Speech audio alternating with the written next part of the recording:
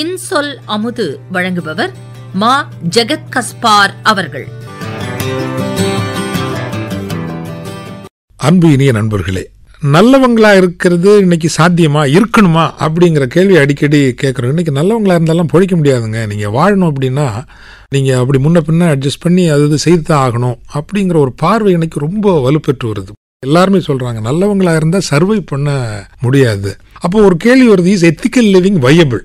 அறம் சார்ந்து வாழ்வது அது சாத்தியமா? இதனுடைய முக்கியமான விஷயத்தை நான் பெற்றுக்கொண்டது கூட கேட்டு பெற்றது தான். எது வையபிள் இல்லையோ இயற்கை அது தானாக காணாமல் போக வச்சிரும். வையபிளா இல்லாத எதுவுமே நிற்காது. இப்போ எத்திக்கல் லிவிங் வையபிளா இருக்கிறனால தான் இந்த உலகம் இன்னும் வாழ்ந்துட்டு இருக்கு. இப்போ 2 உதாரணங்களை ஒரு பதிவு பண்ணலான்னு நினைக்கிறேன். ஒன்று, கொஞ்சம் காலத்துக்கு முன்னாடி திருவனந்தபுரத்துக்கு செல்கிறவர்கள் அங்கே கெத்தில் சாஹிப் கடைன்னு ஒரு கடை இருக்குது, ஒரு புகழ்பெற்ற கடை. இந்த கடையினுடைய சிறப்பு எப்படின்னா கல்லாப்பெட்டி கிடையாது, பில்லிங் கிடையாது. ஒரு தகரத்தால் மறைச்சு 4 பக்கம் சுவர் வச்சு உள்ளே ஒரு உண்டியல் மாதிரி வச்சுருக்கிறாங்க.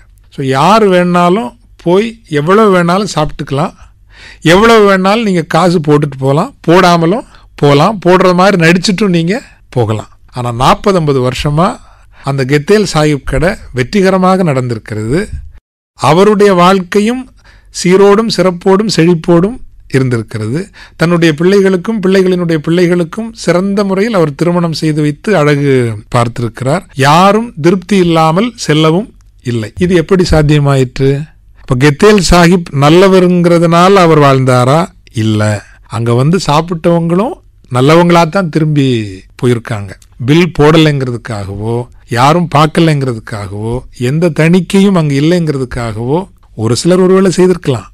பட் 98% அல்லது 90% பேரோ சரியாகவும் ஒருவேளை சரிக்கு அதிகமாகவே நம்மளை நம்பி இப்படி பண்றாரு, நம்ம சரியானவங்களா இருக்கணும் அப்படிங்கிறனால தான் அது இருந்திருக்க முடியும் இல்லைங்களா? இல்லைன்னா அது இருந்திருக்கவே முடியாது. கெத்தேல் சாஹிப் கடை அது ஒரு முக்கியமான பதிவுன்னு நினைக்கிறேன். எதுக்கு? மக்கள் அடிப்படையில் எத்திக்கலாக அறம் சார்ந்து நின்றுதான் வாழ விரும்புவார்கள். ஒரு அறச்சவால் வந்தால் வாழ்வார்கள் என்பதற்கு நல்ல ஒரு உதாரணம், ஒரு குறியீடு. Salt of the earth, light of the world என்று சொல்லுகிறோம் அல்லவா? உலகத்திற்கு ஒளி, உலகத்திற்கு உப்பு. இப்படி இன்னொரு உதாரணம் சுரேஷ் என்கின்றவர், காசரகோடு பகுதி என்று நினைக்கின்றேன், பத்திரிகைகளில் பதிவான கதை. அந்த ஊர்ல உள்ள ஒரு லாட்டரி சீட்டு வாங்குறாரு, ஆனா கொடுக்கறதுக்கு பணம் இல்லை. அப்ப சொல்றாரு, சரி இந்த சீட்டு இங்கே இருக்கட்டும், நாளைக்கு நான் பணம் கொடுத்துக்கிறேன், அப்புறம் வாங்கிக்கிறேன்னு போயிடுறாரு. அவர் மறந்துட்டார். அடுத்த வாரம் பார்த்தா இந்த லாட்டரி சீட்டுக்கு 1 கோடி ரூபாய் விழுது. இந்த 1 கோடி ரூபாய் இந்த லாட்டரி சீட்டுக்கு தான் விழுந்திருக்குங்கிறது சுரேஷுக்கு மட்டும்தான் தெரியும், விற்கிறவருக்கு. ஏன்னா வாங்கினவர் நான் எந்த சீட் வாங்கினேன்னு தான் தெரியாது. இந்த சுரேஷ் விரும்பி இருந்தால் தான் 1 கோடி ரூபாயை எடுத்திருக்கலாம். ஆனால் அவரை தேடி சென்று 1 கோடி ரூபாய் ஒப்படைக்கிறார். அவர் அதிர்ந்து போய், இல்ல நான் தான் காசு கொடுக்கலையே. இல்ல, நீங்க வாங்கின சீட்டு எங்கிட்ட இருந்தது, அவ்வளவுதான். காசுங்கிறது கடன் வச்சுட்டு போனீங்க, அவ்வளவுதான். இது உங்களுக்குரிய பணம்.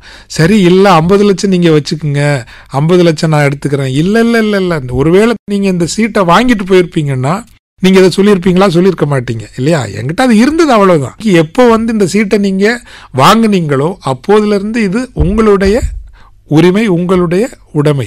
ஒரு காசு கூட எனக்கு தேவையில்லை, 1 கோடி நீங்க வச்சுக்கோங்க அப்படின்னு அந்த சுரேஷ் சொன்னதாக செய்திகளில் பதிவாச்சு. இப்படியும் அற்புதமான மனிதர்கள் வாழ்ந்து கொண்டிருப்பதால் தான் இந்த பூமியில் இன்னும் மழை பெய்கிறது. நன்றி. இன்சொல் அமுது வழங்கியவர் மா. ஜெகத் கஸ்பார் அவர்கள்.